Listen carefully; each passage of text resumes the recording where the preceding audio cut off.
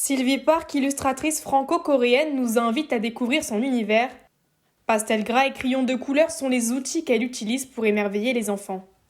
Être illustratrice et de transmettre visuellement le texte, l'histoire qui a été écrit par l'auteur. C'est aussi d'apporter notre touche personnelle, d'apporter un petit univers à nous aussi.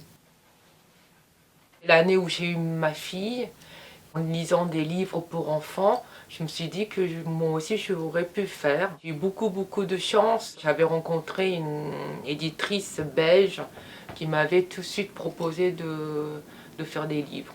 Je voulais apporter un peu de rêve, un peu de gaieté en fait aux enfants. De l'imagination, il en faut. Illustrer un livre n'est pas une mince affaire. L'artiste doit se plonger dans l'histoire pour trouver l'inspiration. Des milliers de propositions des personnages. C'est pour vous montrer qu'en fait que ça vient pas comme ça en fait.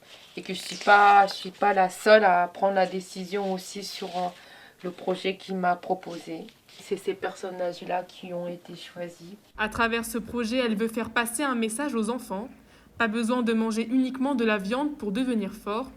Une aventure illustrée par la douceur d'un coup de crayon. À la maison, Sylvie a le soutien de sa fille. Cette maman sud-coréenne a dû s'adapter dans un pays qu'elle n'a pas choisi. C'est ça en fait à l'édition. Tu sais le projet sur les vampires. Ah, du coup, ils ont aimé? Bah en fait l'auteur a aimé.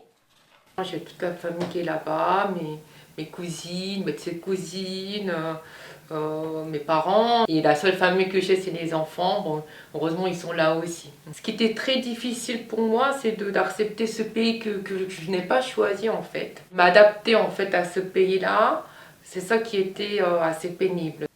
Aujourd'hui, ces personnages traversent les frontières. France, Danemark, Corée du Sud ou encore Italie. Ces livres font rêver les enfants du monde entier.